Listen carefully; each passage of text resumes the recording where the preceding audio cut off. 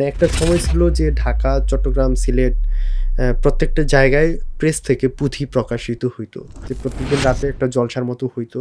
যিনি পুঁথি পাঠ করতেন তিনি পড়তেন এবং সবাই উঠানে শুনতো। ধর্ম প্রচারে কি পুঁথি সহযোগিতা করেছে? বিষাদ সিন্ধু তো লেখা হয়েছে তোমার কারবালার উপর ভিত্তি করে, কিন্তু বিষাদ সিন্ধু লেখার আগে অজস্র কারবালার পুঁথি লেখা হয়েছে। তো এগুলো তো আমরা সামনে আনি না। এরকম কি তুমি কোনো স্পেসিফিক কালচার বলতে পারো যেটা আমরা বাংলা কালচার হিসেবে পালন করি?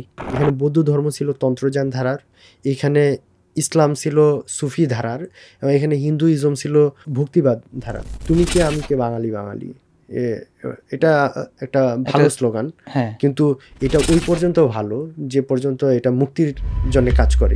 অতীশ দীপঙ্কর বাংলার, তারপরে তিলোপা বাংলার, নারোপা বাংলার। আপনার শিক্ষা প্রতিষ্ঠানের ম্যানেজমেন্ট করে ফেলুন সম্পূর্ণ ডিজিটালাইজড। ব্যবহার করুন তালিমি ক্লাউড স্কুল বা মাদ্রাসা ম্যানেজমেন্ট সফটওয়্যার। সফটওয়্যারটি সম্পূর্ণ ফ্রি ট্রায়াল নিতে এখনই কিউআর কোড স্ক্যান করুন বা কমেন্টে দেওয়া লিঙ্কের ফর্মটি ফিল আপ করুন।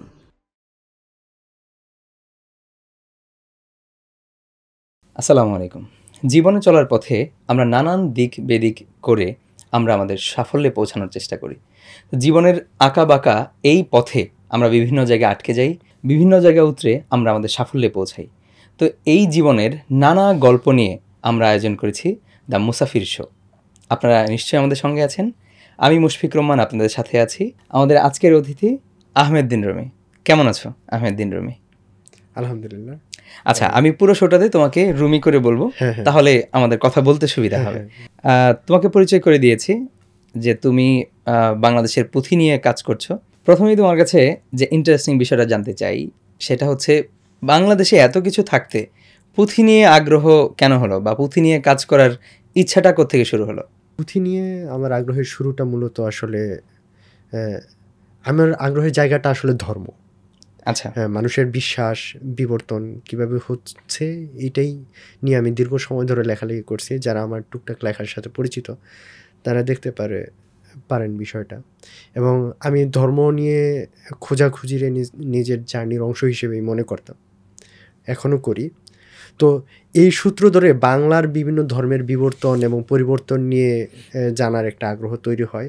এবং আমি এইখানকার রিভলিউশন পড়তে গিয়ে পুঁথি পর্যন্ত আসার পরে আমার চোখ আটকে যায় আর কি, আসলে যে এইখানে বাঙালি মুসলমানের যে জার্নি, এই জার্নির অংশ হিসেবে পুঁথির যে ডাইভার্সিটি এবং পুঁথির ভেতরে যে ডেপথ, এটা মনে হয় আরও মানুষের গবেষণার অন্তরালে রয়ে গেছে। এটা আরও বড় পরিসরে ভাবা যায়। আচ্ছা, এইখানে আমরা কি আসলে মানে শুধুই পুঁথি নিয়ে আসলে আমাদের হিস্ট্রি আমরা শেষ খুঁজে পাবো, বা আমরা মানে শুধু পুঁথির লাইনটা কেন, মানে আমার জানার আগ্রহটা হলো যে আমরা শুধু পুঁথি নিয়ে কেন কাজ করব, আর কেন কিছু না, মানে পুঁথির কি আসলে এতটা ডেপথনেস, এত গভীরতা আছে কিনা?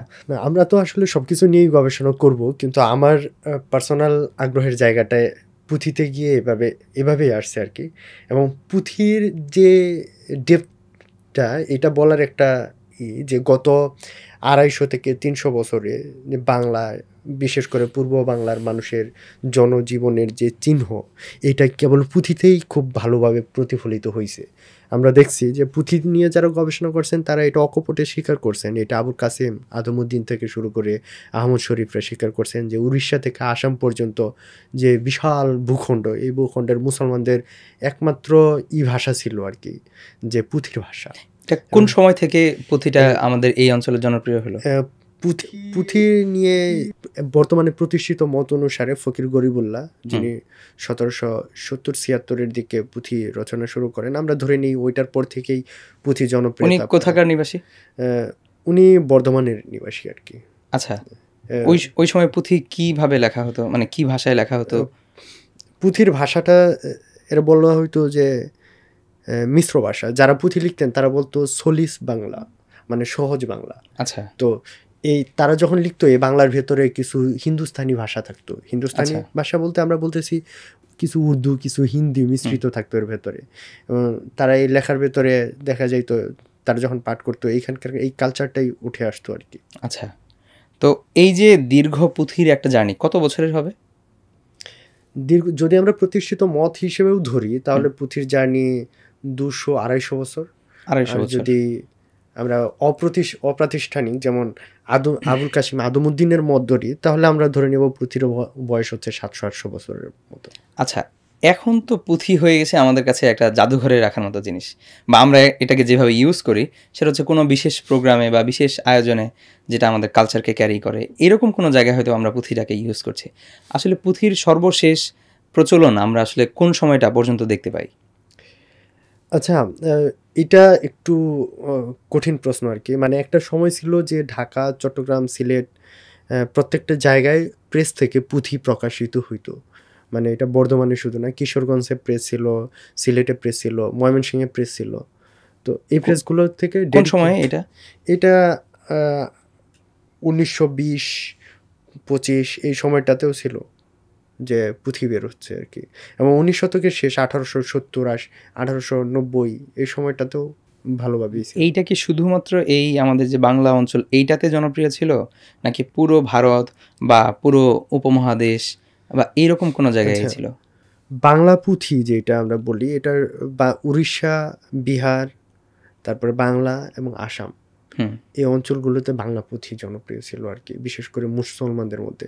মুসলমানরা এটারে তাদের প্রধান কালচারাল টুল হিসেবে ধরে নিয়েছিল। এটা দেখা যাইতো যে প্রত্যেকদিন রাতে যে মানুষ এটারে ইবাদত মনে করতো।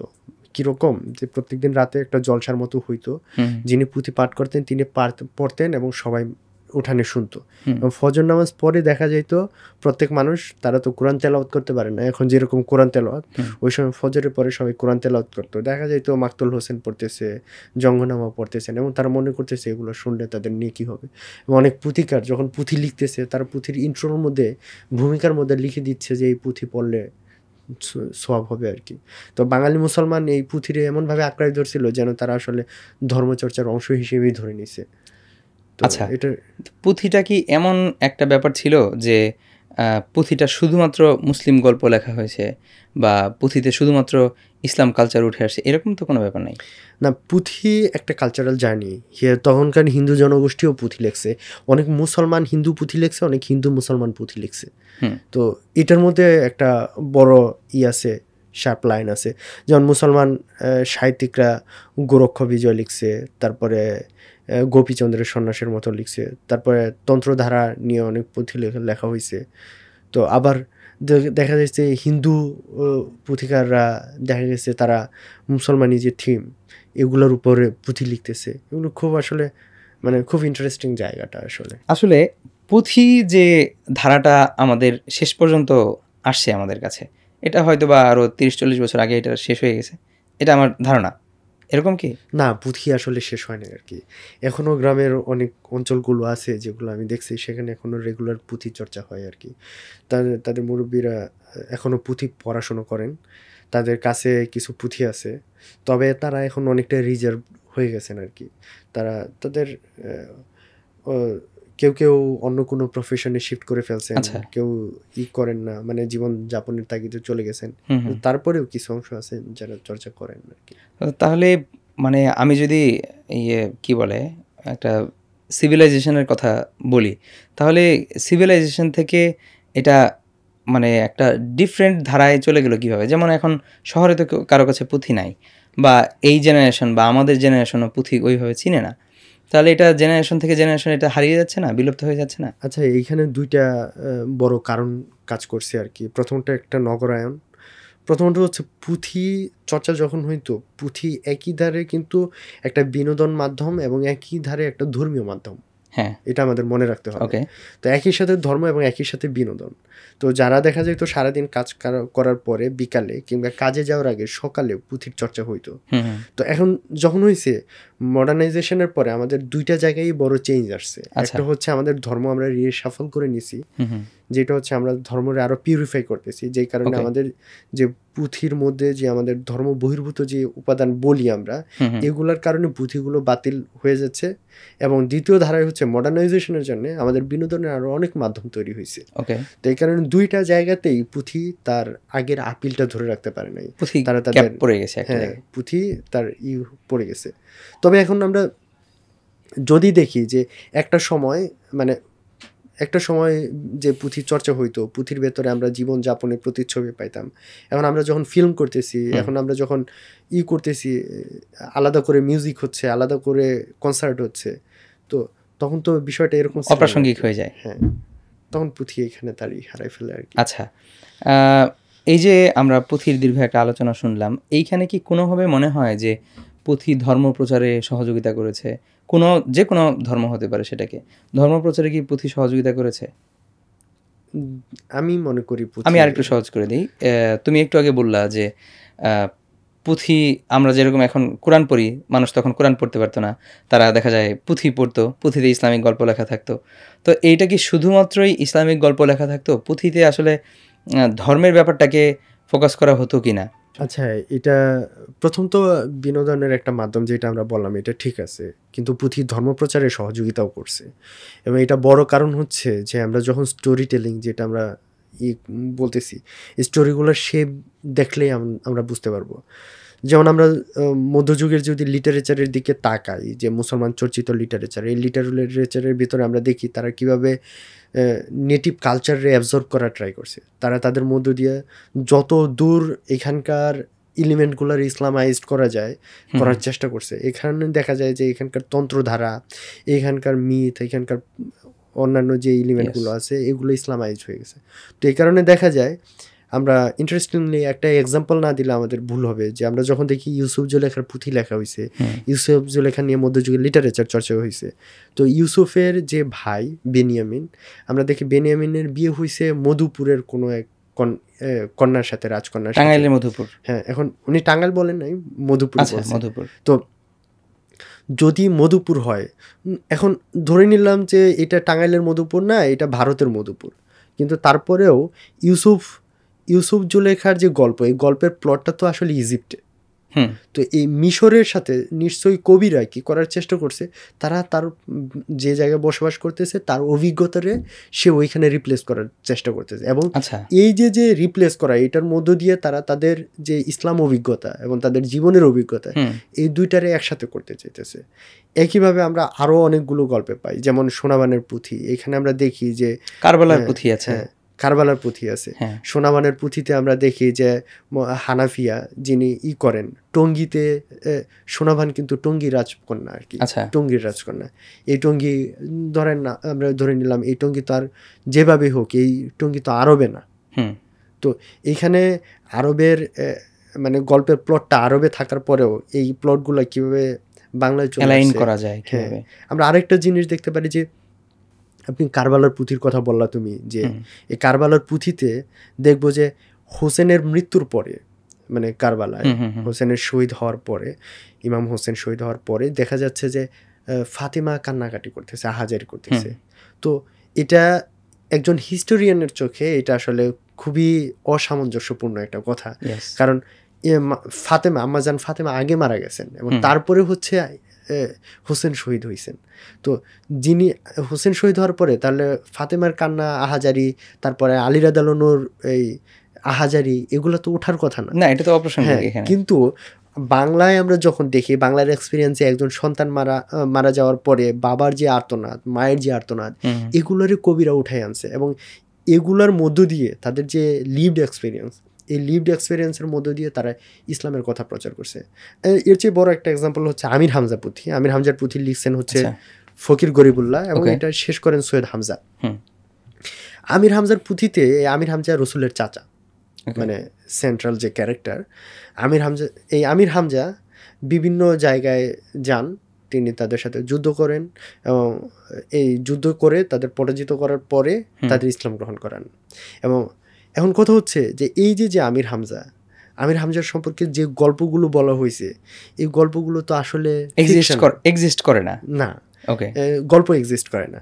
রসুল সাল্লাল্লাহু আলাইহি সাল্লামের জন্মের আগেই যে আমির হামজার এত বড় তুমি অবাক হবা যে আমির হামজা নিয়ে যে পরিমাণ লেখা হয়েছে উর্দুতে, তারপরে তোমার পুঁথি নাকি অন্যান্য সাহিত্য, বাংলায় পুঁথি লেখা হয়েছে, অন্যান্য সাহিত্য লেখা হয়েছে আমির হামজা নিয়ে। এবং আমির হামজা নিয়ে ইন্দোনেশিয়ায় যে একটা পুঁথি পাওয়া গেছে রিসেন্টলি, একটা পুঁথি, এটা হচ্ছে ইন্দোনেশিয়ান ম্যানুস্ক্রিপ্ট আর কি। আচ্ছা এটা হচ্ছে সবচেয়ে বড় ম্যানুস্ক্রিপ্টগুলোর একটা আর কি। আচ্ছা মানে আর তোমার উর্দু ভাষায় যেটা আছে ওইটা বোধহয় 80 ভলিউমের মতো হইতে পারে আর কি। মাই গড। তো বাংলায় একটু ছোট, তবে বাংলা অনেকটা তারপরেও ঘটনা কম না।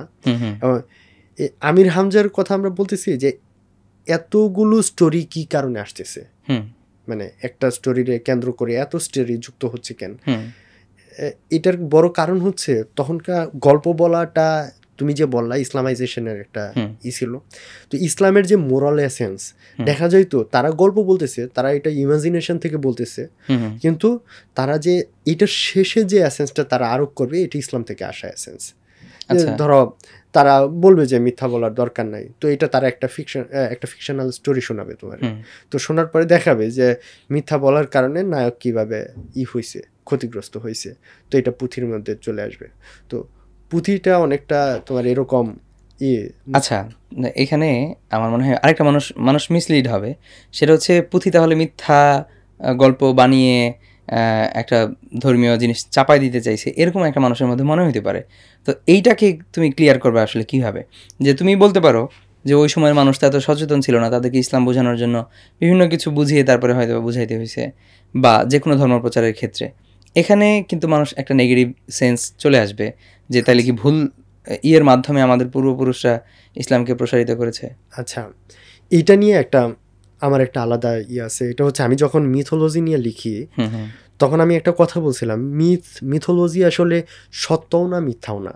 আচ্ছা, মিথোলজি হচ্ছে এমন একটা জায়গা যে সত্য ও মিথ্যার মাঝখানের যে এমন একটা জায়গা যার ভেতরে সত্য আছে, ওকে, ওইটা বের করে নিতে হবে এবং এটা ইন্টারপ্রিটেশন দরকার।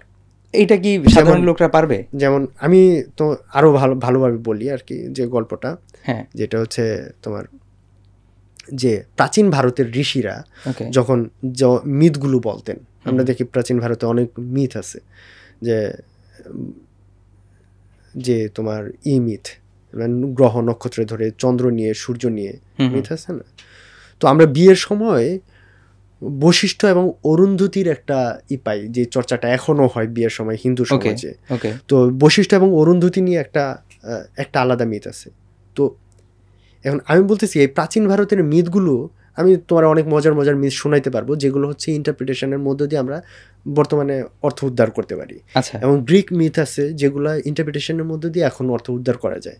আমি বলতেছি যে যখন আমরা এই ফোকলোরের দিকে যাব, ফোকলোর এবং পুঁথি এগুলো ইন্টারপ্রিটেশনের আলাদা একটা রাস্তা আছে, যে এগুলো পুরোপুরি ফ্যাক্ট না, আবার এর মধ্য থেকে যে মেসেজটা আসতেছে এগুলা মানে সমাজে খারাপ কোনো প্রভাব ফেলছে না, নেগলেক্ট করার ইস্যু না। এর ভেতরে মানুষের জীবন আছে, মানুষ কি ভাবতেছে ওই সময়ে, মানুষ কিভাবে জীবনযাপন করতেছে, তাদের বিনোদন কি, তাদের দুঃখ কোন জায়গায়, তাদের কষ্ট কি। তুমি যখন দেখবা যে তুমি যখন ময়মনসিংহ গীতিকার কাজল রেখার মধ্যে যাবা, তখন শুধু কাজল রেখা আসে না, কাজল রেখা যে উঠোনে আলপনা করে এটা চলে আসে। তখনকার মানুষ যে উঠোনে আলপনা করতো এটা উঠে আসতেছে, তাই না? তো আমরা তাদের জীবনটাও পাই। এইটা আমার কাছে গুরুত্বপূর্ণ, যে তারা কি বিশ্বাস করে, তারা কিভাবে জীবনযাপন করে, এইটা জানা। তাহলে মিথোলজির আমি সাইড থেকে যদি বলি, তাহলে ওই সময় শুধু পুঁথি না, সকল শাস্ত্রই মোটামুটি একটা অনুমান নির্ভর বা একটা গল্প কাহিনী ফিকশন নির্ভর ব্যাপারগুলোতে প্রভাবিত ছিল। আচ্ছা, ফিকশন নির্ভর আমরা যদি বলি, ফিকশন তো আমরা এখনো ক্রিয়েট করি, এটা একটা ফিলোসফিক্যাল আর কি, যে আমরা আসলে কোনটা ফিকশন বলতেছি আর কি। কিছু সময় ফিকশনকে আমরা দেখা যায় মানে এটা বাস্তবতা দাঁড় করিয়ে জীবনের একটা অংশ তৈরি করে ফেলি, যেমন মডার্নিজম, ন্যাশনালিজম, তারপরে প্যাট্রিয়টিজম, এগুলো সাম কাইন্ড অফ আমাদের আরোপিত বিষয়, যেটার উপর আমরা মিনিং আরোপ করি, এবং আমরা বিভিন্ন ক্যারেক্টারকে দেখা যায় নিজের মধ্যে ওন করে সেটা বছরের পর বছর সেটা আমরা প্রচার করে যাচ্ছি, তারপরে আমরা করি। তো ফিকশনের এটা আছে আর কি। আচ্ছা, পুঁথিকে কি কোনোভাবে বাঙালি মুসলমানের উত্তরাধিকার হিসেবে বলা যায়? এটা বলা যায়, কারণ পুঁথি চর্চার আগের যে মুসলমানদের চর্চা, এটা সাধারণত অন্য ভাষায় চর্চা হয়েছে, ফার্সি বা উর্দু ভাষায় হয়েছে, কিংবা ইংরেজিতেও লেখালেখি করছে বাংলার মুসলমানরা। তো পুঁথির ভেতরে যেটা আছে এটা হচ্ছে বাংলার অন্তজ মুসলমান যারা হচ্ছে খেটে খাওয়া মানুষ, রাতে এবং সকালে তারা এটা চর্চা করছে, এবং তারা এর মধ্য দিয়ে দেখা যাচ্ছে তাদের প্রাত্যহিক জীবনের নানা দিককে উঠে আনছে। তুমি মুগ্ধ হবা যে পুঁথির ভেতরে তৎকালীন সরকারের যে কর বাড়ানোর বিষয় পুঁথির ভেতরে এগুলো উঠে আসছে, তৎকালীন সময় দুর্ভিক্ষ প্রাকৃতিক দুর্যোগ পুঁথির সময় এগুলো উঠে আসছে, নারীদের জীবন এগুলো উঠে আসছে, আন্দোলনও উঠে আসছে। হ্যাঁ আন্দোলনও উঠে আসছে এবং পুঁথির মধ্য দিয়ে তারা প্রতিবাদ করার চেষ্টা করছে, পুঁথির মধ্য দিয়ে কালচারাল কনফ্লিক্ট হয়েছে, পুঁথির মধ্য দিয়ে কিভাবে বিপরীত কালচারের সাথে বিপরীত সম্প্রদায়ের সাথে একটা মানুষ প্রতিযোগিতা করতেছে এটা পর্যন্ত উঠে আসছে। কাউন্টারও কেউ কেউ কোনো পুথিকার দেখা যায় কাউন্টারও দিয়েছে, যে কোনো তুমি মঙ্গল কাব্যে ইমাম হোসেন রে পাবা, আবার একইভাবে তুমি মুসলমান লিখিত পুঁথির মধ্যে ইয়েরা পাবা, হনুমান রে পাবা। এই কালচারাল যে কিছুটা গ্রহণ করা এবং কিছুটা করা বর্জন করা মানে খণ্ডন করার যে কালচারাল যে অবস্থা এটা তখন থেকে চলে আসতেছে পুঁথির ভেতরে। এবং বাঙালি মুসলমান যেটা আমরা বললাম যে আহমদ শরীফ, আবুল কাসিম আদমউদ্দিন, আব্দুল গফুর সিদ্দিকী এদের মতো স্কলার যারা, তারা এটা মোটা দাগে বলে আসছেন যে উড়িষ্যা থেকে আসাম পর্যন্ত বাঙালি মুসলমানের যে প্রাত্যহিক জীবন, এইখানে পুঁথির যে ভাষা, এই ভাষাটা ওতপ্রোতভাবে জড়িত ছিল, পুঁথি তাদের সাথে ওতপ্রোতভাবে জড়িত ছিল। তো এই জায়গা থেকে আমরা যদি বলি যে তাহলে গত 200-250 বছরে পুঁথি বাঙালি মুসলমানের সাংস্কৃতিক একটা বড় অ্যাসেট, যেটা আমরা দীর্ঘ সময় ধরে ইগনোর করে আসছি। আচ্ছা, তাহলে বাংলা সংস্কৃতির কথা যেহেতু আসলো, তাহলে তোমার মতে বাংলা সংস্কৃতিটা আসলে কি জিনিস? আচ্ছা, বাংলার সংস্কৃতি একটা ডাইভার্স জায়গা আর কি। আমি বলতেছি এই রিজিয়ন এটা গত 1000 বছর ধরে একটা মিলন ক্ষেত্র ছিল আর কি। এখানে তোমার আজীবিকা ছিল, জৈন ছিল, বৌদ্ধ ছিল, পরবর্তীতে মুসলমানরা আছে, মুসলমানদের মধ্যেও আবার অনেক আছে, কখনো আফগান, কখনো হাবশি, তারপর আবার কখনো আবার আরব, যে তারা আসছে এবং তাদের মধ্যেও ডাইভার্স কালচার ছিল। তো আবার দেখা যায় পরবর্তীতে যে শৈব, শাক্ত এরা ছিল, নাথ। তো এই অঞ্চলের যে এই যে বহু সংস্কৃতি, এইটাই মূলত বাংলার সংস্কৃতি আর কি। আমি এই পুরোটারই অ্যাবজর্ব করার মানে ইসের পক্ষে। আমরা যখন দেখি যে বাংলা সংস্কৃতির প্রতিনিধিত্ব হিসেবে আমরা দেখি এটা অতীশ দীপঙ্কর, তিলোপা, নারোপা থেকে শুরু করে আমাদের বর্তমান সময়ে যে আমরা যদি বলি যে আবুল মনসুর আহমদ, তারপরে আকরাম খাঁ, এদের পর্যন্ত বা আরও পরে আমরা যে কথা বলতেছি এখন পর্যন্ত বাংলার মুসলমান, হিন্দু, বিভিন্ন জনগোষ্ঠী বা অন্যান্য জাতিগোষ্ঠীর যে কালচার, চর্চিত জীবনযাপন, এগুলো সবই বাংলার কালচার আর কি, এই অঞ্চলের কালচার। তাইলে স্পেসিফিক আমি যদি এই অঞ্চলের আমাদের এখন যে আমরা কালচার বিলং করি, এইটাকে তুমি কোন কালচার বলবা? কোনো কান্ট্রির কালচার বলতে পারো আসলে? বা আমি কি বলতে পারি যে আমাদের shirt paratha western culture, but আমি যে হাত দিয়ে ভাত খাই এইটা আমার বাংলা কালচার, এরকম কি আমরা তো জানি আমরা একটা মিক্সড একটা কালচারের মধ্যে বিলং করি, কিন্তু আমরা কি এইভাবে কোনো স্পেসিফিক বলতে পারি যে আমার বাংলা কালচারটা মূলত এইটা? এভাবে বলার মতো আমার কি কোনো কালচার আছে আসলে? আচ্ছা, এটা আসলে কখনোই বলার মতো থাকা দরকার নেই, আমি প্রয়োজন মনে করি। কারণ কালচার শব্দটা হচ্ছে যে আবাদ করা, মানে চাষ করা। তো আমি যখন এটা কালচার সবসময়ই গতিশীল থাকতে হবে। তো আমি যদি কন্টিনিউয়াস আমি নিজে কিছু উৎপাদন করব, আমার এইখান থেকে আসবে, আমি চারপাশ থেকে উন্মুক্ত হয়ে গ্রহণ করব, আমার কাছে হাসন রাজা থাকবে, আমার কাছে লালন থাকবে, আমার কাছে কনফুসিয়াস থাকবে, আমার কাছে তো নজরুল থাকবে, গালিব থাকবে, আমার কাছে লাতিন আমেরিকার মার্কেস থাকবে। তো এই সবগুলোরে আমি করে মানে সামনে আগাই যাওয়াটারে যদি আমরা কালচার হিসেবে করতে চাই, তাহলে আসলে এই কালচার আসলে স্ট্যাটিক না। তো এইটা অনেক গতিশীল এবং আমরা এর গতিশীল হিসেবে করতে চাই যে আমাদের বাংলার যে যদি আত্মপরিচয়ের জায়গা থেকে ধরি যে আমাদের আত্মপরিচয়ের কালচারটা কি, আমরা বলবো যে বাংলায় দীর্ঘদিন ধরে চর্চিত যে সংস্কৃতি আছে, যেটা এখানকার বৌদ্ধ সমাজ, তারপরে জৈন সমাজ, আজীবিকারা, তারপরে এখানকার মুসলমান শ্রেণী, এখানকার শাক্ত, শৈব, হিন্দু, তারা যেটা চর্চা করছেন ওইটার লিগেসি ধরে রাখা, ওইটা এক্সপ্লোর করা, ওইটা খুঁজে দেখাও একটা। এরকম কি তুমি কোনো স্পেসিফিক কালচার বলতে পারো যেটা আমরা বাংলা কালচার হিসেবে পালন করি? আচ্ছা, এটা একটা বড় প্রশ্ন যে আসলে কোন জিনিস কতদিন পরে আমাদের কালচার হবে আর কি। কারণ বাংলার মুসলমানরা বসবাস করতেছে, আল মাসুদির বর্ণনারে যদি আমরা ধরি তাহলে 900 সাল থেকেই বাংলায় মুসলমান বসবাস করে। তো 900 সাল ধরে থেকে যদি মুসলমানরা বসবাস করে, 900 মানে 900 সাল মানে 1100 বছর। ওকে, তো এই 1100 বছরে বাংলার মুসলমানদের উদযাপিত ঈদ কি বাংলার কালচার হবে না? হবে। তো পূজাও হ্যাঁ, বাংলাদেশের কালচার হবে। তাহলে এখানকার যে মনসা পূজা, এইখানকার যে দুর্গা পূজা, এখানকার যে অন্যান্য পূজাগুলো বৌদ্ধ আছে, হ্যাঁ বৌদ্ধ ধর্মের বৌদ্ধ ধর্মের যে উৎসবগুলো আছে, খ্রিস্টান ধর্মের উৎসবগুলো আছে, ওয়াঙ্গালা আছে, তারপরে হ্যাঁ। বৈশাখী আছে, তো এগুলো সবই তো এখানকারই কালচার। ইয়েস, তো এখন আমাদের যদি এটা থাকে যে আমরা আসলে একটা জায়গায় মানুষ কতদিন ধরে চর্চা করলে এর আমরা আমাদের কালচার বলবো। শার্ট এখন আমাদের কালচারের অংশ আসলে, শার্ট ওয়েস্টার্ন কালচার না তো। আচ্ছা তো এইভাবেই যদি আমরা বলি যে এগুলো আমাদের কালচারেরই অংশ। আচ্ছা, তো তুমি কি কোনোভাবে মনে করো যে এই বাংলাদেশের মানুষ বা এই অঞ্চলের মানুষ, তুমি কি কোনোভাবে মনে করো যে এই অঞ্চলের মানুষ মিশ্র সংস্কৃতিতে অভ্যস্ত এটা 1000 বছর ধরে, না আমরা গত অল্প কিছু বছর ধরে আমরা আসলে মিশ্র সংস্কৃতির চর্চা করছি? তুমি কি মনে করো এটাকে? না, আমি ব্যক্তিগতভাবে মনে করি যে এখানে আমি তাহলে আরেকটু সহজ করে দিই। তোমার কি এরকম মনে হয় যে 1000 বছর ধরে আমরা আসলে এরকম মিশ্র সংস্কৃতিতে অভ্যস্ত, নাকি আমরা কোনো পরিস্থিতির শিকার, না ভৌগোলিকভাবে, না কীভাবে আমরা আসলে একটা মিক্সড কালচারে তো বড় হচ্ছে? এটা তো আসলে অস্বীকার করার সুযোগ নেই, এটা সবাই জানে বা আমরা এটা দেখি। আসলে এটা কি 1000 বছর ধরে আমরা এরকম বহুমাত্রিক সাংস্কৃতিক চর্চায় অভ্যস্ত?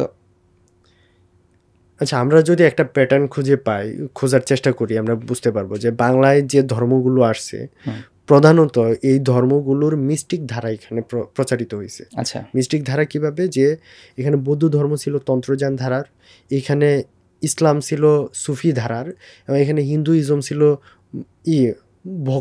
ভক্তিবাদ ধারার। ওকে, তো এই যে মিস্টিক ধারা, এই মিস্টিক ধারার একটা বড় প্রবণতা হচ্ছে যে খোদার উপাসনা এবং হচ্ছে মানুষের সেবা। ওকে, তো এইখানে আরেকজনের উপর চড়াও হওয়া, আরেকজনের উপর হওয়া, এই ধরনের কালচার এখানে এরকম ছিল না। এটা তন্ত্রধারাতেও নাই, ভক্তিবাদেও নাই, আবার সুফিজমেও এটা নাই। তো দেখা গেছে বাংলার কালচার নিয়ে যখন আমরা কথা বলি, জিওগ্রাফিক্যালি আমরা যদি দেখতে চাই যে আমাদের এইখানকার জনগোষ্ঠীর মধ্যে এই প্র্যাকটিসটা আমরা সবসময় দেখতে পাইছি। যে এখানে আমরা যখন দেখি সুলতান, জাস্ট আমরা একটা ইমাজিনেশন হিসেবে আমরা ধরে নিলাম আমরা সুলতানি আমলে চলে গেলাম। তো সুলতানি আমলে চলে গেলে আমরা দেখবো যে সুলতানদের যে অর্থ বিভাগ সবসময় কোনো না কোনো হিন্দুর হাতে আছেন। তো এটা ইন্টারেস্টিং না? তো অর্থ বিভাগের চেয়ে গুরুত্বপূর্ণ বিভাগ তো থাকে না।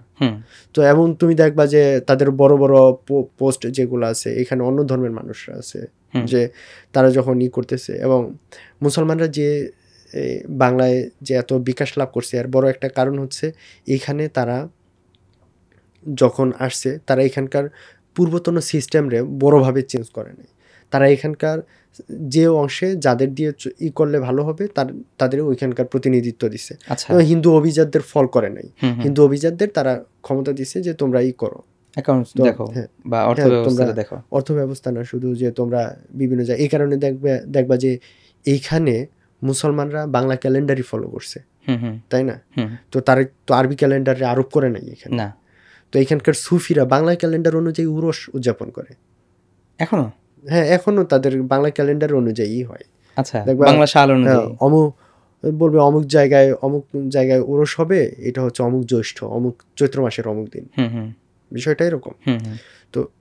তো এই যে আমরা দেখতেছি যে এই সাংস্কৃতিক এই চর্চাটা কিন্তু লম্বা সময় ধরে। তুমি বৌদ্ধ আমলে দেখবা, ইভেন আমাদের কাছে যে আরাকানের একটা এক্সাম্পল আসে, যে আরাকানে আমরা দেখি কীভাবে বৌদ্ধ রাজার পৃষ্ঠপোষকতায় মুসলমানরা ওইখানে সাহিত্য চর্চা করতেছে। এটা ঢাকার জন্যও সত্য, সোনারগাঁয়ের জন্যও সত্য।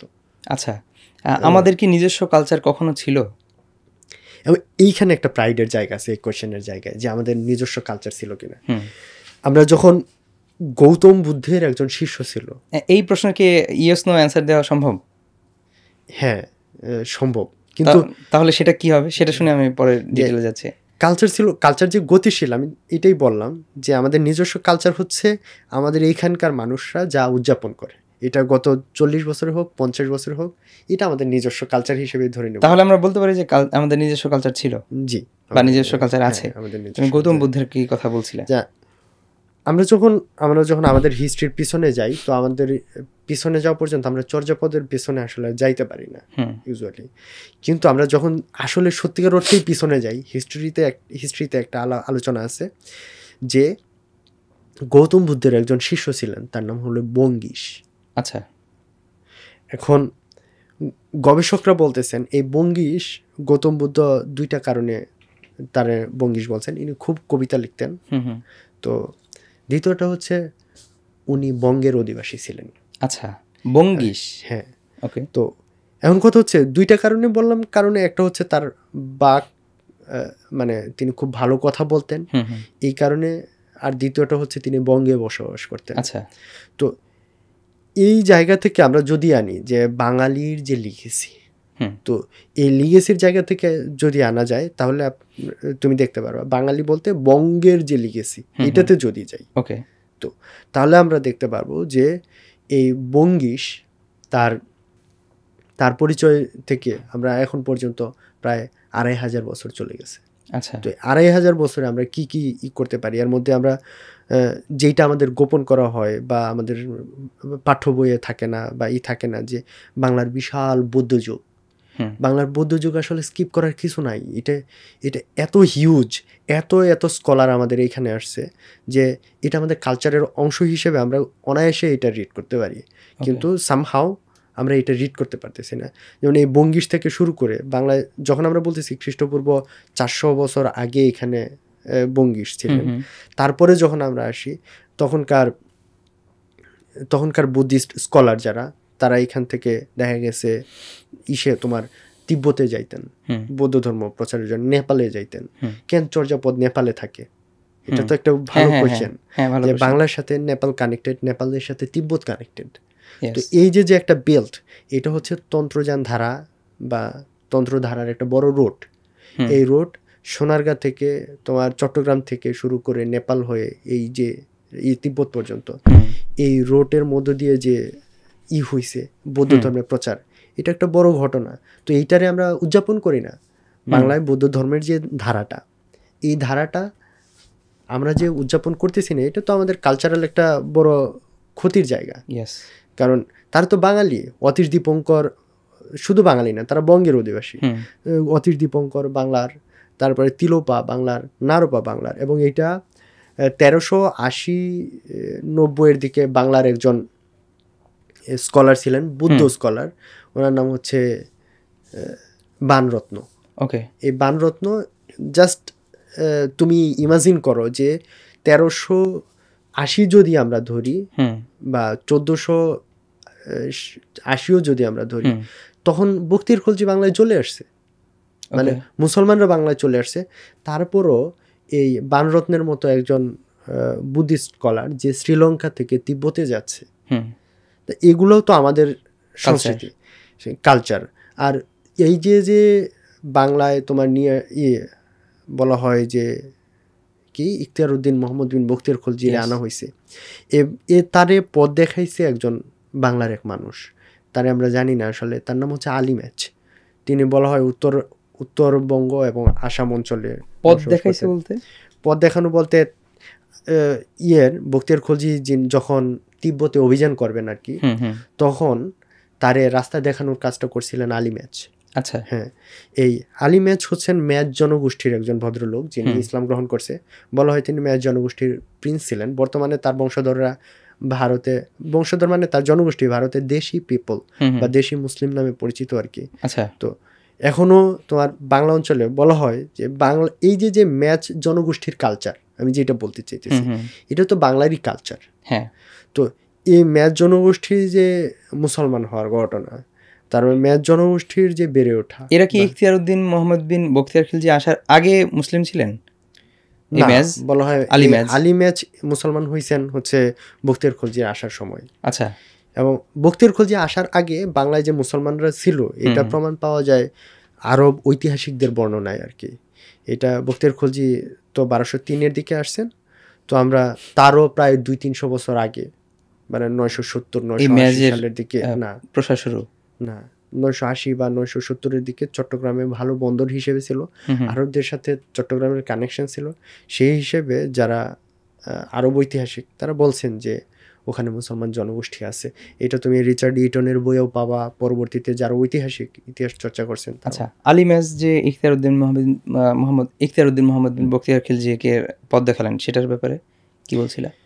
তো আমি বলছিলাম যে এই যে যে জনগোষ্ঠী, আমরা উনি যখন- তিব্বতে না গিয়ে বাংলাদেশে চলে আসলেন এরকম না, কিছু? আমি বলতেছি বাঙালি মুসলমানের যে ন্যারেটিভটা, বাঙালি মুসলমানরে ফরেনার হিসেবে অ্যাড্রেস করার একটা প্রবণতা আছে আর কি, যে সবসময় আমরা বখতিয়ার খলজি দিয়ে বাঙালি মুসলমানরা অ্যাড্রেস করতে চাই। তো আমাদের বলতে হবে যে এই ম্যাচ জনগোষ্ঠী তো মুসলমান হুম যখন হইলো, তারা তো এখানকার নেটিভ। হুম তো এই যে নেটিভ ফরেনারের যে পলিটিক্স, এই পলিটিক্সের বাইরে এসে যদি দেখো তাহলে দেখবা যে এইটা আমি বলতেছি যে বখতিয়ার খলজির মধ্যে দিয়ে পলিটিক্যালি বাংলায় ইসলাম হয়েছে, কিন্তু বখতিয়ার খলজির আগে বাংলায় ইসলাম ছিল, এবং বখতিয়ার খলজির সময়ও আমরা দেখছি যে বাংলার নেটিভ পিপল মুসলমান ছিল।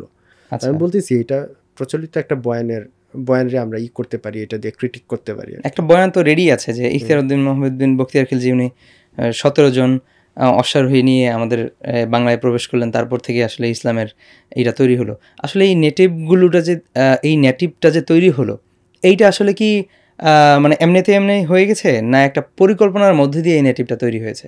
কিরকম মানে? যেমন আমরা জানি যে আমাদের এই অঞ্চলে ইসলাম প্রচার হয়েছেই ইখতিয়ারউদ্দিন মোহাম্মদ বিন বখতিয়ার খিলজি আসার পরে। এটা কিন্তু আমাদের একটা প্রচলিত মানে নেটিভ আছে, প্রচলিত একটা ধারণা সবার মধ্যে আছে। তো এইটা থেকে কি আসলে বের হওয়ার আমাদের সুযোগ আছে?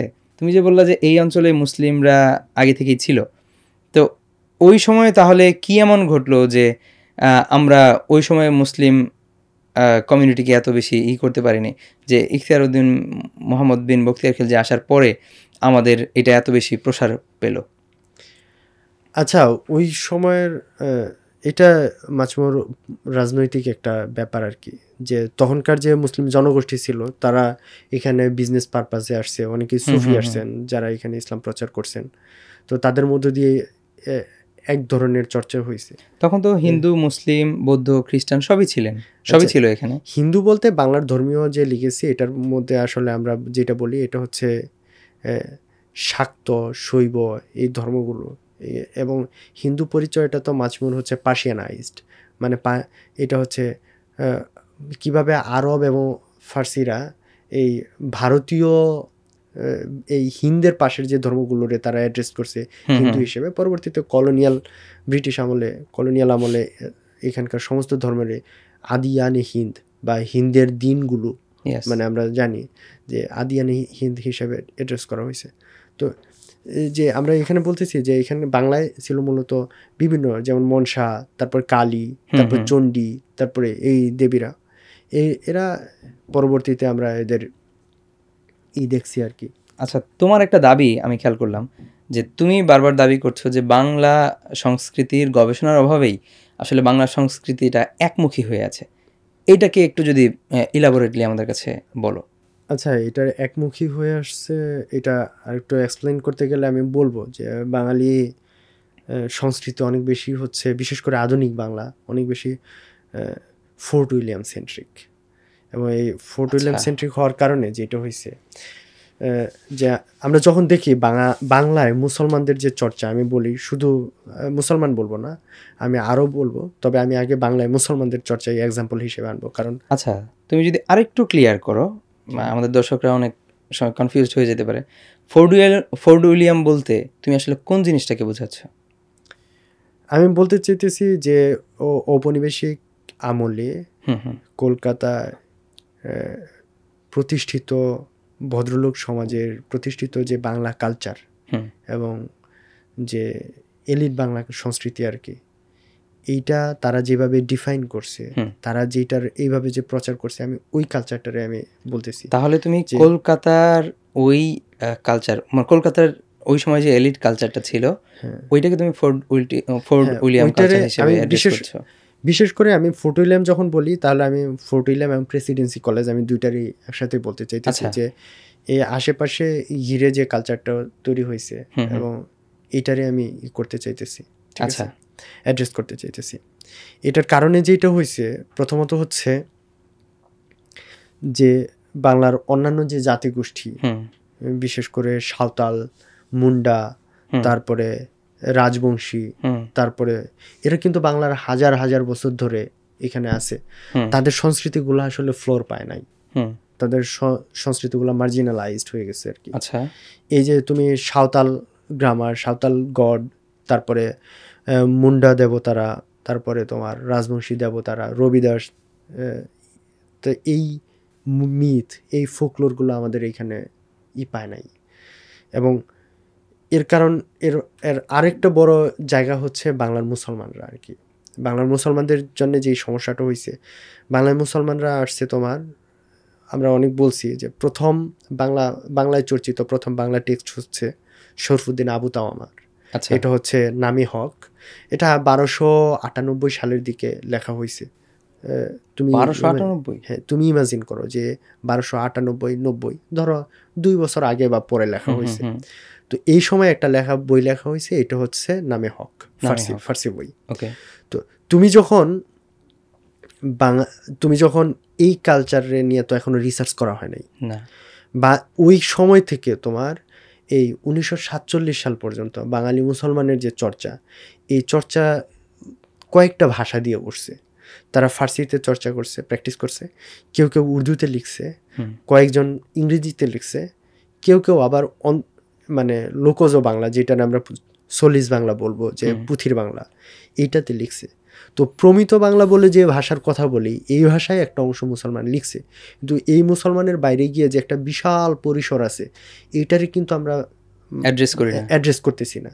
তো এটা না করার কারণে আমরা দেখতেছি যে আমরা যখন 1870-80 দশকের দিকে আসতেছি, তখন আমরা বলতেছি এই সময় মীর মোশাররফ হোসেন লিখতেছে, বিষাদ সিন্ধু লিখতেছে, কিন্তু ততদিনে আমরা আরও কয়েকটা বই বলতে পারি।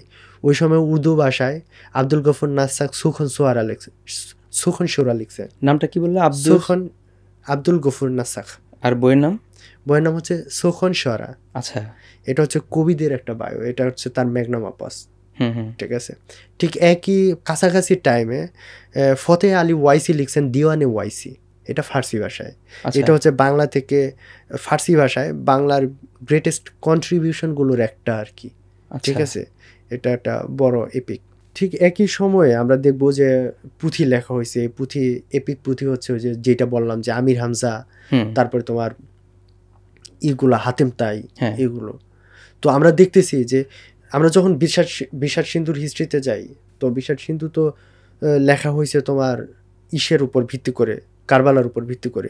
কিন্তু বিষাদ সিন্ধু লেখার আগে অজস্র কারবালার পুঁথি লেখা হয়েছে। তো এগুলো তো আমরা সামনে আনি না। তো এটা না হওয়ার কারণে যেটা হচ্ছে, আমাদের এই এলিট কালচারের কারণে, এই একমুখী গবেষণার কারণে, ফোর্ট উইলিয়াম সেন্ট্রিক বা পরবর্তী প্রমিত বাংলার যে গবেষণা, এইটার গবেষণায় ঢুকে যাওয়ার কারণে আমাদের যেটা হয়েছে, যে এই যে বাংলা অঞ্চলে অবস্থিত বিশাল কিছু ফাইল ছিল, সেগুলো আমরা আসলে একটা বিশাল সমুদ্র, বিশাল পরিসরে আমরা বিয়োগ করে দিচ্ছি। ঠিক আছে, আমি তোমার আরও বলতে পারি, এটা একটা সিক্রেট বিষয় আর কি, মানে আমার এটা নিয়ে কাজ করতেছি, যে বাংলায় আমরা তো মনে করি যে বাঙালি মুসলমান স্কলারদের মধ্যে মীর মোশাররফ হোসেনের আগে তেমন বাংলায় প্রভাবশালী কেউ নাই। মুন্সি মেহেরুল্লাহর আগে বাঙালি বাংলাদেশের বা এই অঞ্চলের মুসলিম কেউ নাই। কিন্তু তুমি করবা যে বাংলায় তারও অনেক আগে থেকে অনেক উর্দু ভাষী অনেক স্কলার ছিল। বাংলায় নবাবী আমলে বাংলায় দেখা যাইতো যে যখন তোমার দিল্লির পতন ঘটলো, দিল্লির পতনের পরই বিপুল সংখ্যক মানুষ বাংলায় চলে আসছিল, কবি সাহিত্যিকরা, তারা বাংলায় বসে কবিতা চর্চা করতো। বাংলায় ঢাকা নিয়ে যে কবিতা বা আছে, রচনাগুলো আছে, এদের ঢাকা নিয়ে গান কবিতা আমরা পাই, এগুলো খুবই রিসেন্ট ঘটনা আর কি। ধরো শামসুর রহমানের কবিতা থাকতে পারে, বা আল মাহমুদের কবিতা থাকতে পারে, বা ধরো চিরকুটের গান আছে, জাদু শহর থাকতে পারে। তো বাংলায় উর্দু ঢাকা নিয়ে প্রথম কবিতা কখন লেখা হয়েছে জানো? না, নো আইডিয়া। আমার জানা মতো 1923 সালেই ঢাকা নিয়ে একটা বিশাল কবিতা আছে উর্দুতে। আচ্ছা, এবং ঢাকার প্রেস করে, ঢাকার নিয়ে। এটা তো ছিল যে ঢাকা তো অনেক আগে থেকে একটা জনপ্রিয় শহর। এটা কি শুধুমাত্র 1923 সাল? তার আগে কি ঢাকার কোনো জনপ্রিয় কিছু ছিল না? না, ঢাকার জনপ্রিয় তার আগেই ছিল, আমি বলতেছি। নাকি এই অঞ্চলে কোনো সেরকম বুদ্ধিভিত্তিক কোনো কবি সাহিত্যিক ছিলেন না? আমরা যখন বলতেছি যে বাংলার ভাষায় যখন বলি, বাংলা ভাষারও রাজধানী দিন শেষে কিন্তু তখনও কলকাতাই ছিল আর কি। কারণ যখন 1923 সাল 24 সাল তখনও দেখা যায় বাংলার অধিকাংশ পত্রিকাগুলো প্রকাশিত হচ্ছে কলকাতা থেকে। তো অধিকাংশ বাংলার এগুলা চর্চা হচ্ছে, সাহিত্যিক সেন্টার হচ্ছে কলকাতা। যেমন মুসলমান হোক হিন্দু হোক, বাঙালিরা বই লেখালেখি করে কলকাতা থেকে। তো এই সময় আমরা কেন এই কথাটা বলতেছি, ঢাকায় তোমার সাহিত্যিক সার্কেল বা এই সার্কেলে উর্দু ভাষা তখন প্রতিষ্ঠিত একটা চর্চার মাধ্যম ছিল আর কি। ঢাকায় তখনও উর্দু ভাষায় সাহিত্য পত্রিকা চলতেছে, কবিতা প্রকাশিত হচ্ছে, গল্প বলতে বিভিন্ন প্রবন্ধ প্রকাশিত হচ্ছে। তো এগুলা তো আমাদের হিস্ট্রিতে আসতেছে না। এখন তারও আগে থেকে, আমরা তো এটা 1923-এর কথা বলতেছি বা 22-এর কথা বলতেছি, মুঘল আমলে যখন ঢাকা প্রতিষ্ঠিত হইলো বা তারও আগে যখন সোনারগাঁয়ে চর্চিত হয়েছে, তখন তো এখানে সাহিত্যিক পিস আছে আমাদের। যখন আমাদের এখান থেকে যখন সাথে হাফিজের সাথে আমাদের সুলতানরা যোগাযোগ করতেছে, ঘটনাটা একটু খুলে বলো। কবি হাফিজের সাথে আমরা জানি গিয়াসউদ্দিন আজম শাহর সাথে কবি হাফিজের পত্রালাপ হইতো। তো এটা তো খুবই ইন্টারেস্টিং, তাই না? তো তার মানে এইখানকার লিটারেরি যে লিগেসি আমাদের নাই, বিষয়টা এরকম না যে আমাদের যে চট্টগ্রাম অঞ্চলের যে অনেকগুলা জাতিগোষ্ঠী বসবাস করে তাদের কোনো কালচারাল প্রতিনিধিত্ব আমাদের এখানে নাই। আমরা জানি যে ম্রো জনগোষ্ঠীর মধ্যে একটা ধর্ম আছে, গ্রামা ধর্ম নিয়ে আমাদের এখানে প্রাতিষ্ঠানিক কোনো গবেষণা হয় নাই, আমাদের এখানে কেউ আলোচনা করতেছে না। তো এই যে এরকম অন্যান্য জাতিগোষ্ঠীর মধ্যেও তো তাদের ধর্ম আছে, তাদের ভাষা আছে, তাদের বিভিন্ন আচার উৎসব আছে, এগুলো তো আমাদের চর্চার ভেতরে আসতেছে না। তো এই কারণে যেটা হয়েছে, আমাদের গবেষণাগুলো সব একমুখী হওয়ার কারণে হচ্ছে, শুধু বাঙালি মুসলমান বলে না, আমাদের এইখানকার বৌদ্ধ সংস্কৃতি, এখানকার বাংলার মুসলমান সংস্কৃতি এবং অন্যান্য জাতিগোষ্ঠীর সংস্কৃতিও তোমার একটু মানে ফ্লোর পাচ্ছে না আর কি। আচ্ছা, তোমাকে কি আমি এই প্রশ্ন করতে পারি যে রুমি, তুমি আসলে বাঙালি না বাংলাদেশি? এই প্রশ্নে আসলে এটা খুবই একটু প্রশ্ন হবে, কারণ আমি দুইটাই। একটা জায়গা থেকে আমি নৃতাত্ত্বিক পরিচয়, আরেকটা হচ্ছে আমাদের জাতীয় পরিচয় আর কি। মানে যখন আমি মডার্ন স্টেটের ভেতরে আছি তখন অবশ্যই আমি বাংলাদেশি। আচ্ছা, ঠিক আছে, এবং এইটাই আমার প্রথম পরিচয় যে আমি বাংলাদেশের এবং আমার তুমি এইটা দিয়েই পাসপোর্ট বা সবকিছু ন্যাশনাল আইডি এটা দিয়ে হবে। তুমি যখন আমেরিকানদের সাথে ডিল করবা এই পরিচয়ে ডিল করবা যে আমি আসলে বাংলাদেশি। তো মডার্ন স্টেট হিসেবে বাংলাদেশি পরিচয়টাই। এখন কথা হচ্ছে বাঙালি পরিচয়টারে তুমি কেমনে ডিল করতেছো, যে বাঙালি পরিচয়টা কিভাবে সামনে আনতেছো, যে বাঙালি পরিচয়টা তুমি এথনিক আইডেন্টিটি হিসেবে আনতেছো না পলিটিক্যাল আইডেন্টিটি হিসেবে আনতেছো। যখন এথনিক আইডেন্টিটি হিসেবে আনতেছো তখন ইটস গুড যে একজন মানুষ বাঙালি হওয়া নয়। কিন্তু যখন তুমি পলিটিক্যাল আইডেন্টিটি হিসেবে অন্যান্য জনগোষ্ঠীর উপর প্রেশার মানে প্রতিষ্ঠা তৈরি করার জন্য বা করার জন্য করতেছো, এটা মাছ মোর পাঞ্জাবি আইডেন্টিটির মতোই, যে যার বিরুদ্ধে আমরা একসময় ফাইট করছি আর কি। আচ্ছা, যেহেতু আমাদের দেশে একটা ধর্মের জনসংখ্যার অনেক বেশি, যেমন আমি মুসলিমদের সংখ্যা যেহেতু অনেক বেশি, তো আমাদের মধ্যে, আমরা যারা মুসলিম, আমাদের মধ্যে একটা অ্যালার্জি এরকম একটা তৈরি হয়ে গেছে যে আমি বাঙালি না বা বাঙালি, মানে আমাদের যাকেই আমরা কোশ্চেন করি না কেন তারা অনেকটা কনফিউজড থাকে তো এই ব্যাপারটা নিয়ে, যে আমি আসলে বাঙালি না বাংলাদেশি। বাঙালি বললে আমি কলকাতার হয়ে যাচ্ছি, বা বাঙালি কালচারটা মনে হয় শুধু কলকাতা ক্যারি করে, একটু আগে যেটা আমরা আলাপ করলাম। এখন এইখানে আসলে একটা মানুষের তার এথনিক জায়গা থেকে আইডেন্টিটি বা পলিটিক্যাল জায়গা থেকে আইডেন্টিটি, এইখানে ক্রাইসিসটা আমরা কখন ফিল করি? আমাদেরকে একটা ডিলেমার মধ্যে কে রাখে, বা আমাদেরকে একটা ডিলেমা তৈরি করে দেওয়া হচ্ছে কিনা, নাকি আমাদেরকে আসলে ফিক্সড করে বোঝানোই হচ্ছে না যে আমরা আসলে কি? আচ্ছা, এটা আসলে আজকে নতুন না, এই ধরনের ডিলেমা বাংলার মুসলমানদের মধ্যে অনেক আগে থেকে আছে। তুমি দেখবা যেজন বঙ্গেতে জন্মে হিংসে বঙ্গবাণী, সেজন কাহার জন্য নির্ণয় না জানি, একটা কবিতা লেখা হয়েছিল।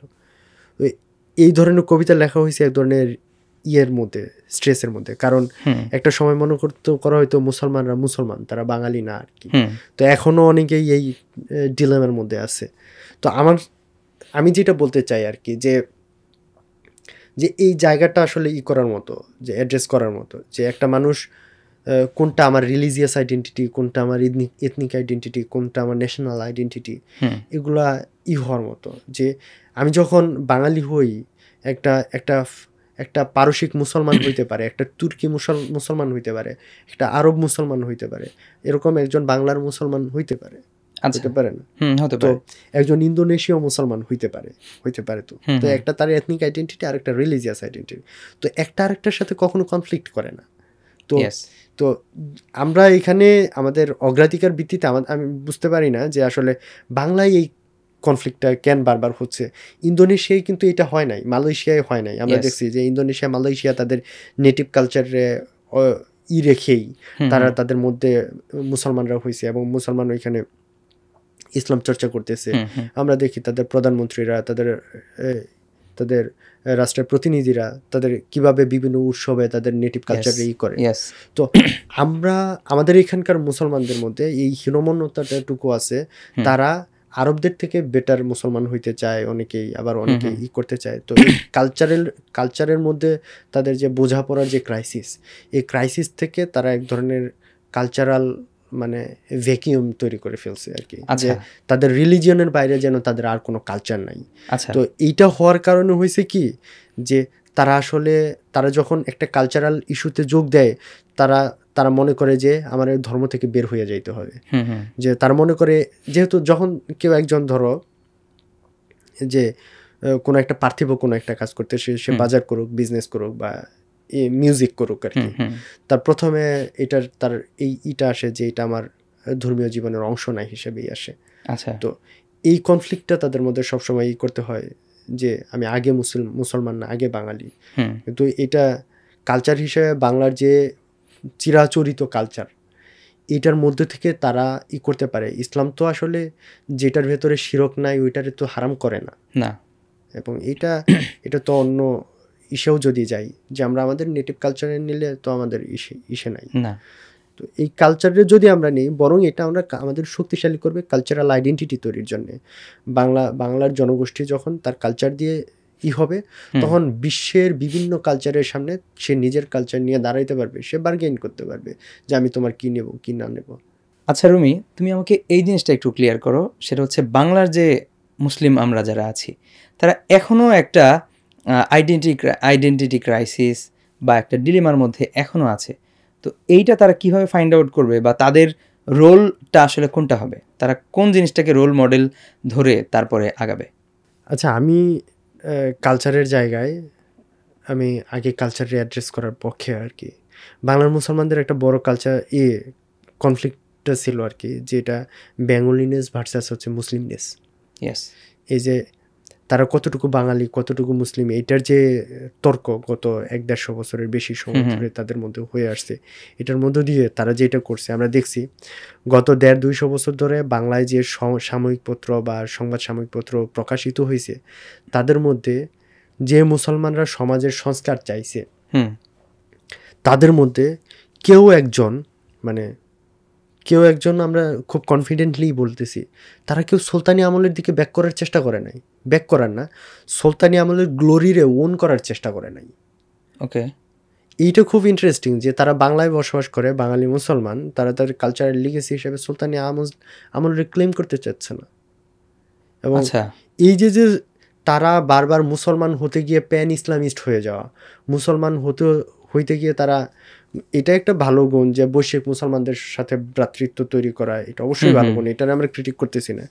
কিন্তু এটার পিছনে গিয়ে বাংলার যে তাদের যে নিজেদের রিসোর্স, এই রিসোর্সে তারা করতে পারতেছে না আর কি, পারেনি। এখন যদি বাঙালি মুসলমানের, এখন বলতেছি এখন একটা মডার্ন টাইমস, এই সময়ে আইসা সমস্ত কালচারে তারা করতে পারে, পজিটিভ কালচার যেগুলো তাদের মধ্যে ভাইব্রেন্ট। লাতিন আমেরিকার যে তোমার ম্যাজিক রিয়েলিজম যেগুলো আছে, এগুলো বাংলার মুসলমানরা এগুলো চর্চার ভেতরে আনতে পারে তাদের লিটারেচারে। তোমার জাপানের লিটারেচার, চাইনিজ লিটারেচার, রুশ লিটারেচার, এগুলোর তারা অ্যাবজর্ব করে নিতে পারে তাদের কালচারে, যেগুলো তারা কনফ্লিক্ট মনে করে না, যেগুলো কনফ্লিক্ট করে সেগুলোর সাথে তারা ডিল করতে পারে।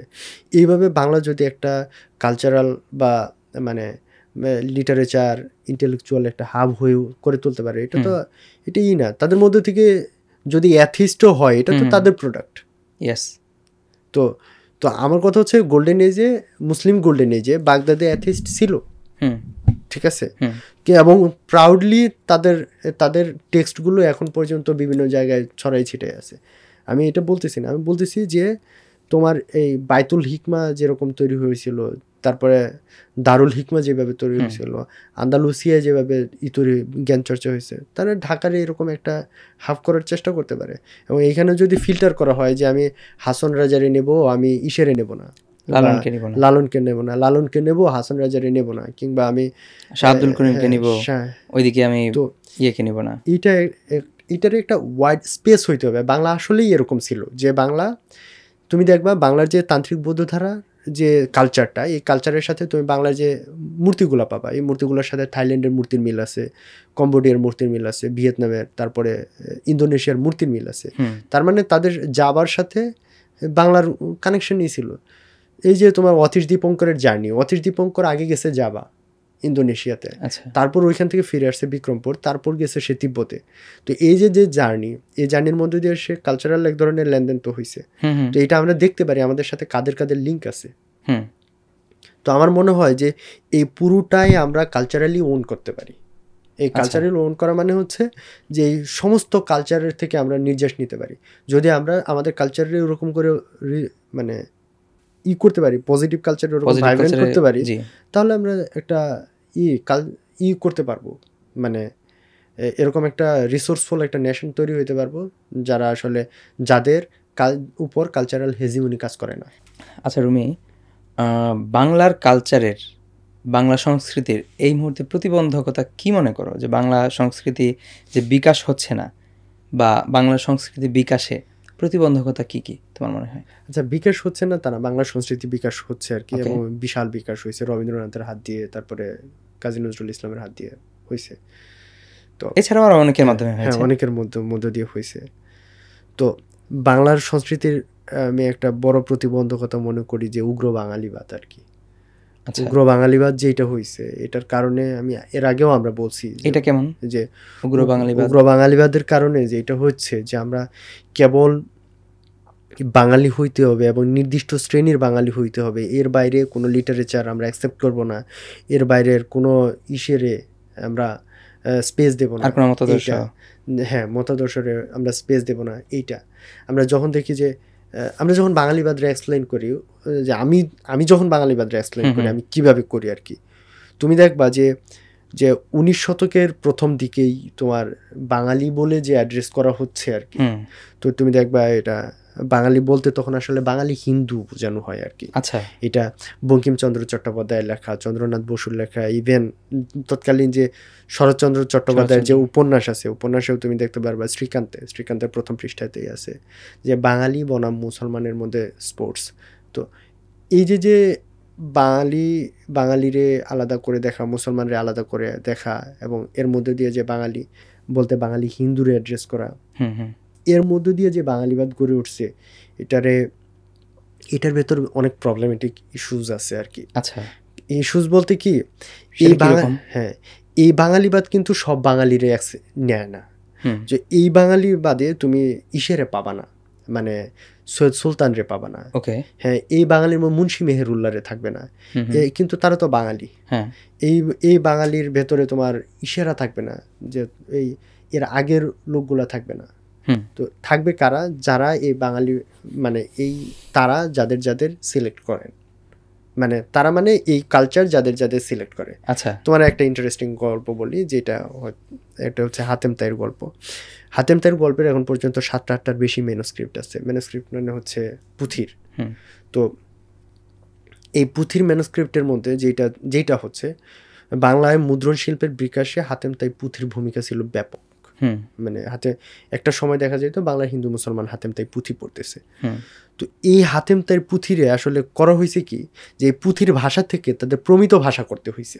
আচ্ছা, এবং ধরো মীর মোশাররফ হোসেন বিশ্বাস সিন্ধু লেখার সময় সে কি করছে, আসলে সে আগে থেকে 100 বছর ধরে তোমার মাকতাল হোসেন বা তোমার মকতুল হোসেন যে পুঁথিগুলো আছে, এগুলো সে প্রমিতকরণ করছে। আচ্ছা, মানে পশ লিটারেচারে নিছে, যেটা সহজ কথায় বলতে আর কি, যে এই যে বাংলার যে একটা নির্দিষ্ট ফ্রেমের কালচার, যে এর বাইরের কালচারে আমরা করব না, এইটা প্রবলেমেটিক। এইটা নির্ধারণ করছে কারা? এইটা নির্ধারিত হয়েছে তোমার ওই সময়ের যে স্কলাররা ছিল। আমি তোমার বলতেছি যে ফোর্ট উইলিয়াম যখন প্রতিষ্ঠিত হইল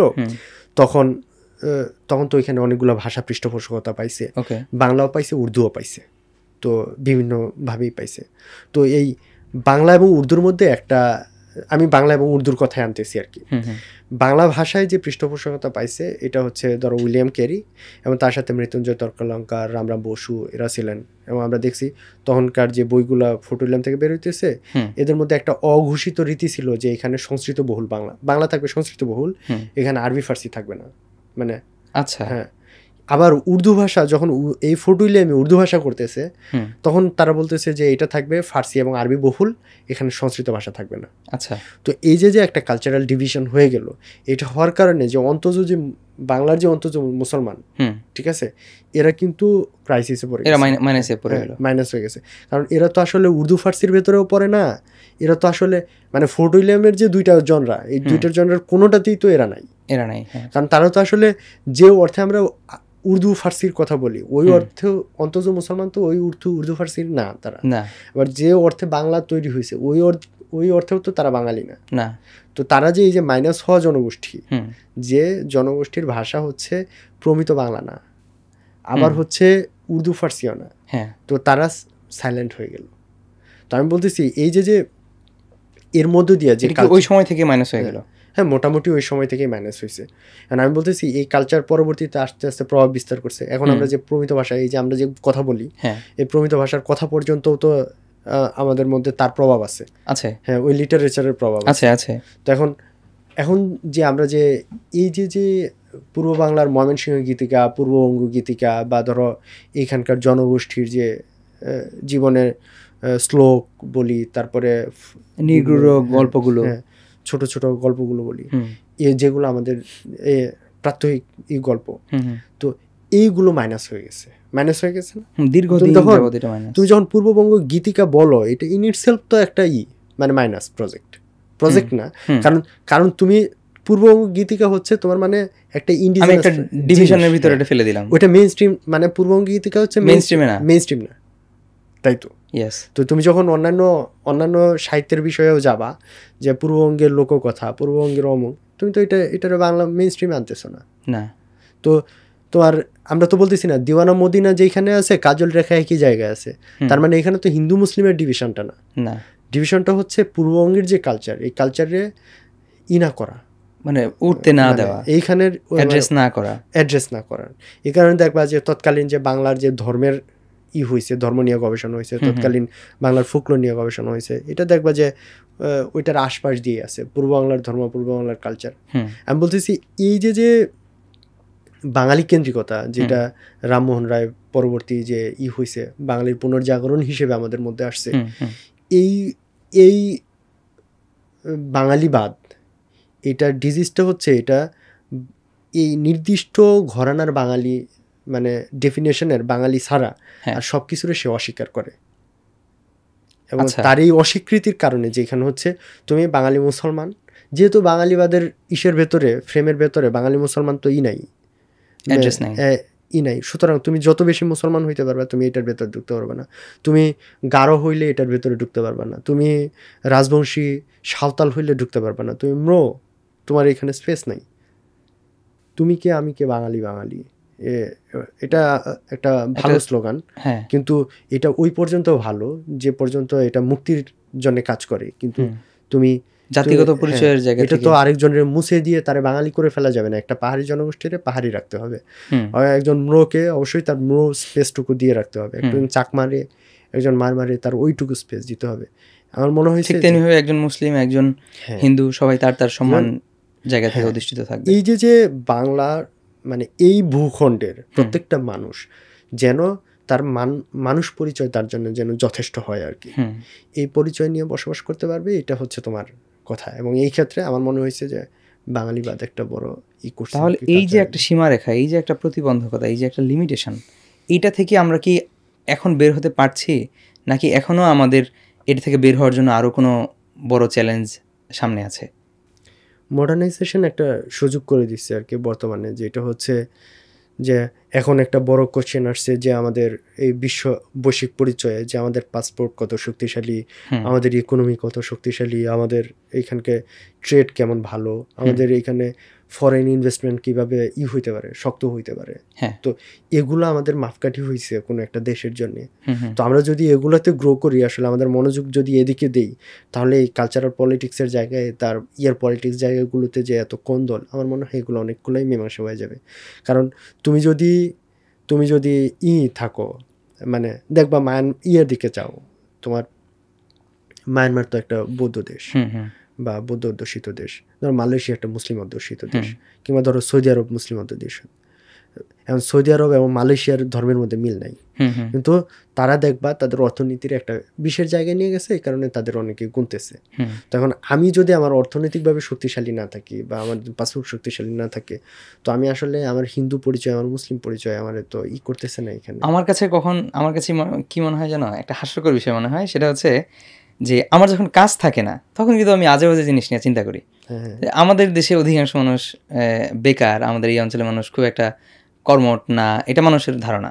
বাট আমাদেরকে যদি আসলে একটা ভালো কাজে ডুবাই রাখা যায়, আমার মনে হয় এই যে ব্যাপারগুলো, কালচারাল একটা কনফ্লিক্ট, আমাদেরকে একটা কি বলে রিলিজিয়াস একটা কনফ্লিক্টে মানুষ জড়াই রাখছে, এটা আমার মনে হয় কেউ জড়াই রাখে নাই, এটা আমরা নিজেরাই জড়ে আছি। আমাদের কাজ নাই বা আমরা ব্যস্ততা নাই, আমাদের ব্যস্ততা কম বলে আমার মনে হয় সবাইকে যদি তুমি যে কথাটা বলো, ইকোনমিক্যালি যদি আমরা ফোকাস দেই, আমরা যদি আমাদের ট্রেডের দিকে ফোকাস দেই, তাহলে মনে হয় আমাদের এই কনফ্লিক্টগুলো কমে আসবে।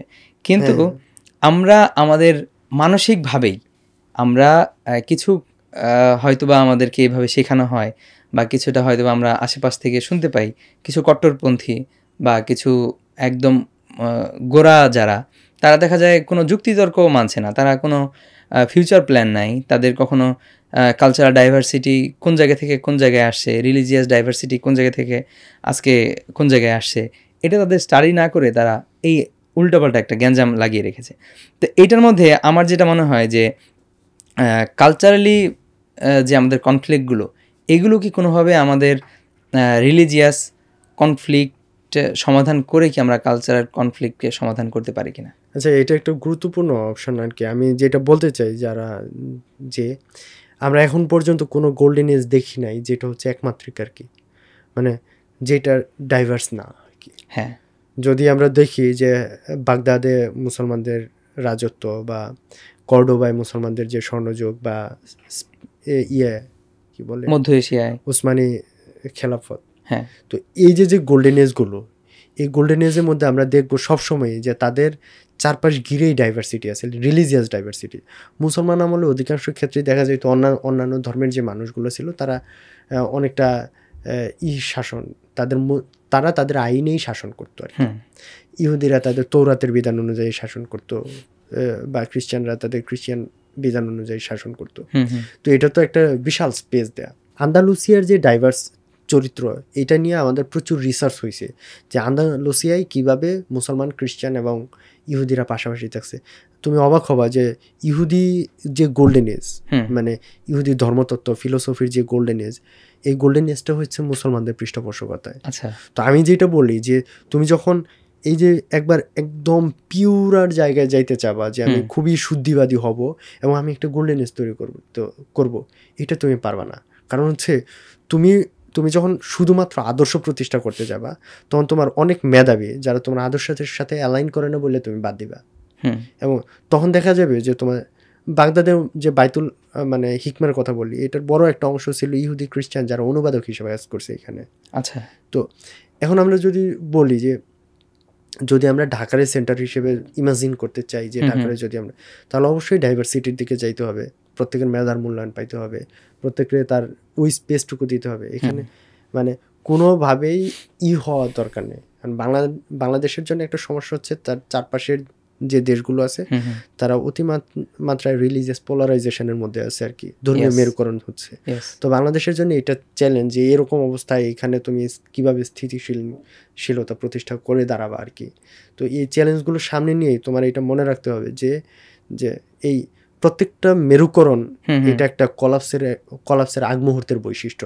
আচ্ছা, তুমি এটা দেখতে পারো যে আমাদের এখানে অনেকে প্রাইড করতে পারে যে আওরঙ্গজেব অনেক করছে, তো তো আওরঙ্গজেব পরবর্তী কিন্তু মুঘল সাম্রাজ্য খুব একটা হয় নাই, ভায়াবল হয় নাই। হ্যাঁ, এরকম আমরা দেখি যে সব সময়ই এরকম আমরা দেখতে পাবো যে কোনো মানে অতিমাত্রায় ধরনের- কিছু করলে সেটার হ্যাঁ, পতন হবেই। এটা হয়ে যায় আর কি, ফেসে যায় জিনিসটা। এই কালচারাল রেসিজম থেকে বের হওয়ার আদৌ কি কোনো সম্ভাবনা তুমি দেখছো? আচ্ছা, এইখানে আমি বাংলাদেশের মানে আমরা এই অঞ্চলে বসবাসের জন্য আমরা প্রাউডলি এই কথাটা বলতে পারি যে যে কোনো দেশের যে কোনো মানে বিশেষ করে হিন্দুস্তানের অন্যান্য জায়গার চেয়ে মানে দক্ষিণ এশিয়ার অন্যান্য স্থানের চেয়ে বাংলার মানুষ অনেক বেশি লিবারেল ধারা আর কি। লিবারেল মানে হচ্ছে অনেক বেশি উদার। কিরকম, এখানে একটা মানুষ তুমি এখানে অনেক বছর ধরে একটা ধর্মের মানুষের সাথে আর একটা ধর্মের বসবাস দেখতে পারবা। তুমি এইটা দেখতে পারছো যে একজন মুসলিম দোকানদার হিন্দু কর্মচারী, হিন্দু দোকানদার মুসলিম কর্মচারী, তাদের মধ্যে কোনো ঝামেলা নেই। তো চলে আসতেছে এখানে, কোনো দাঙ্গা নাই। তুমি এইটাও দেখবা যে দাঙ্গার যে মৌসুমটা ছিল দক্ষিণ এশিয়ায়, এটা হচ্ছে তোমার 1926-27 পর থেকে 1947 সাল পর্যন্ত যে একটা দাঙ্গার পিরিয়ড, লম্বা দাঙ্গার পিরিয়ড। এই লম্বা দাঙ্গার যে বড় বড় দাঙ্গাগুলা তুমি দেখবা যে এগুলো হয়েছে বিহারে, উত্তর ভারতে, তারপরে ইভেন কলকাতায়। তুমি নোয়াখালীর যে দাঙ্গা, এটা কলকাতার দাঙ্গার কাছে কত সিগনিফিকেন্ট। আমি বলতেছি প্রত্যেকটা দাঙ্গাই দুঃখজনক, কিন্তু আমি বলতেছি আমাদের যে এই যে অঞ্চলটা যেটা হচ্ছে মেঘনা, গঙ্গা এবং ব্রহ্মপুত্রের যে অববাহিকা, এই অববাহিকার যে মানুষগুলো তাদের আমরা অনেকভাবেই ছোট করতে পারি, তাদের মধ্যে করতে পারি যে তারা প্রতিষ্ঠিত না, তাদের মধ্যে অশিক্ষা বেশি। কিন্তু উত্তর ভারতের একজন শিক্ষিত লিবারেল পলিটিশিয়ানের চেয়ে আমার মনে হয় অনেক দিক থেকে অনেক ক্ষেত্রেই আমাদের এই অঞ্চলের ডেল্টাইক অঞ্চলের একজন অশিক্ষিত লিবারেল সাধারণ মানুষ অনেক বেশি লিবারেল। কারণ হচ্ছে দেখবা যে তুমি এখানে সে কোনো কিছুকে ফিক্সড করে ফেলেনি, সে কোনো কিছুকে একদম সে এখানে হার্ড করে ফেলেনি। দেখা যায় সে খুব করে ধর্ম পালন করতেছে, তার পাশে দেখবে একজন আরেকজন অন্য ধর্ম পালন করতেছে, তার কোনো সমস্যা নেই, এটা হয়ে যাচ্ছে। আমার মনে হয় এটা বাংলার জন্য একটা উর্বর জায়গা, যেটা হচ্ছে এটা বাংলার জন্য একটা পজিটিভ ভাইব, যে অন্যান্য জায়গায় ধর্মীয় মেরুকরণ হইলেও বাংলার মানুষ এটার করে আর কি। আচ্ছা, আলহামদুলিল্লাহ আমরা অনেকগুলো গুরুত্বপূর্ণ কথা পেয়ে গেছি। এখন পুঁথি নিয়ে সর্বশেষ তুমি যদি আমাদেরকে কিছু বলো, কিছু পুঁথি নিয়ে যদি আমাদেরকে ইন্টারেস্টিং কিছু বলার থাকে, যেহেতু আমরা শুরু করেছিলাম পুঁথি দিয়ে, আমরা আমাদের আলোচনা শেষ করবো পুঁথি দিয়ে, তুমি যদি পুঁথি নিয়ে আমাদেরকে কিছু বলো। আচ্ছা, পুঁথির পুঁথির অনেকগুলো স্পেশাল দিক আছে আর কি। এখানে তোমার ইউসুফ জুলেখা, তারপরে লাইলি মজনু, শিরি ফরহাদ, আলিফ লায়লা, কাসাসুল আম্বিয়া, তারপরে আমির হামজা। আলিফ লায়লা কি একটা পুঁথির মাধ্যমে এখানে আসছে? আলিফ লায়লাও পুঁথি আছে। পুঁথিটা এই যে এত বড় প্রায়, ঠিক আছে, আচ্ছা, হিউজ, আমার দেখার সৌভাগ্য হয়েছে। এবং পুঁথি নিয়ে আমার অনেক স্মৃতি আছে আর কি। আচ্ছা, ঢাকার অনেকগুলো লাইব্রেরি আছে যেগুলো পার্সোনাল লাইব্রেরি, তারা তাদের পার্সোনাল কালেকশনে অনেক পুঁথি রাখছেন আর কি। আচ্ছা, এবং এগুলো দেখতে যাওয়াটা মানে দেখতে পারাটাও অনেক সৌভাগ্যের ব্যাপার। হ্যাঁ, অনেক অন্যরকম এক্সপিরিয়েন্স। আচ্ছা, এই তারপরে আমি পার্সোনালি সব থেকে মুগ্ধ হয়েছি হাতেম তাই। ইনশাল্লাহ আমি যদি চেষ্টা করতেছি হাতেম তাই নিয়ে কিছু লেখার জন্য। এটার একটা বড় কারণ হচ্ছে হাতেম তাইয়ের ইম্প্যাক্ট আর কি। আমি জানি না, সামহাউ পাকিস্তানের যে উর্দু লিটারেচার আর কি, মানে ভারত আর পাকিস্তানের এই উর্দু লিটারেচারে আমির হামজার সবচেয়ে প্রভাবশালী একটাই পুঁথি মানে আমির হামজার সবচেয়ে প্রভাবশালী টেক্সট। এবং মনে করা হয় যে আলিফ লায়লা, মাঝে মাঝে আলিফ লায়লাও ফ্যাকাশে হয়ে যায় আমির হামজার কাছে। আচ্ছা, মানে আমি আলিফ লায়লার আমরা যত বড় টেক্সট হিসেবে মনে করি, আমির হামজা এরকমই। কিন্তু বাংলায় কোনো এক অজ্ঞাত কারণে আর কি আমির হামজার চেয়ে বড় প্রভাবশালী হয়েছিল হাতেম তাই। আচ্ছা, হাতেম তাই যেটাই একটু আগে আমরা বলছি যে হাতেম তাই হচ্ছে বাংলার মুদ্রণ শিল্পের বিকাশে আর কি ভূমিকা রাখছে। এক সময় তোমার ঢাকার চকবাজার কিতাবপট্টি থেকে, তারপর বর্ধমান থেকে হাতেম তাইয়ের পুঁথি বের হইতো। হাতেম তাইয়ের পুঁথি নিয়ে অনেকেই কাজ করছেন।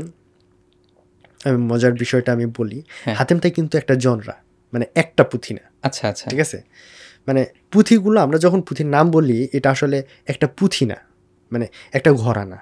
আচ্ছা, যেমন আমি যদি একটা মাকতুল হোসেন বলি, তার মানে কারবালার হোসেনের শহীদ হওয়ার বর্ণনা। এই মাকতাল হোসেন বর্ণনা করলে তার মানে মাকতাল হোসেন অনেক পুঁথিকার আছে যারা বিভিন্ন সময় মাকতাল হোসেন লিখছেন। ঠিক ঠিক আছে? আছে, এটা এমন না যে একজন মাকতাল হোসেন লিখে ফেলছেন, এরকম না। বিষয়টা মানে মাকতাল হোসেন একটা জনরা, ওইটা নিয়ে বহু মানুষ কাজ করেছে। আচ্ছা, তো এরকম হাতেম তাই একটা আলাদা ঘরানা। ধরো গল্প একটাই, কিন্তু এক কবি এক একভাবে লিখে তার এক এক রকম করে শেপ দিছে। যেমন তুমি হাতেম তাই যখন হিন্দু কোনো কবি ঈশ্বরচন্দ্র সরকার উনি লিখছেন আর কি, উনি যখন হাতেম তাই লিখতেছেন তখন উনি আগে হচ্ছে মানে গণেশের উপর করে নিচ্ছেন, মানে স্তুতি করে নিচ্ছেন। কিন্তু তুমি তো জানো হাতেম তাইরে আমরা যখন বর্ণনা করি এত ইয়ামেনের ক্যারেক্টার বা তাই তো। তো হাতেম তাইরে যখন আবার কোনো মুসলিম ক্যারেক্টার, ধরো সৈয়দ হামজা বর্ণনা করতেছে, তো তিনি বর্ণনা করতেছে, তিনি আবার 12 ইমামের প্রতি সালাম জানাই নিতেছেন, যে 12 ইমাম। তো তো আমরা যখন দেখবো যে হাতেম তাই যখন যে লিখতেছে তিনি তার মতো করে হাতেম তাই লিখতেছেন। আচ্ছা, এবং এই লেখার তাই জাস্ট একটা টপিক। হ্যাঁ, হাতেম তাই একটা টপিক। এই টপিকের স্টোরিটা যদি এরকম বলি যে হাতেম তাই উনি হচ্ছে ইয়ামেনের রাজা না প্রিন্স। তো ইয়ামেনের রাজার একটা সন্তান হয়, সন্তান হওয়ার পরে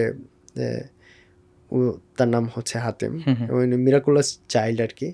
আচ্ছা, তো এই হাতিম জন্মানোর পরে তিনি প্রথমে আর কি তার প্রথম যে মিরাকলটা আর কি, যে জন্মানোর পরে তিনি খাওয়া দাওয়া করেন না। আচ্ছা, তো খাওয়া দাওয়া করেন না কেন? পরে একজন সাধু বলে যায় যে সম্ভবত রাজে অনাহারি আছে আর কি, এই কারণে সে খাচ্ছে না।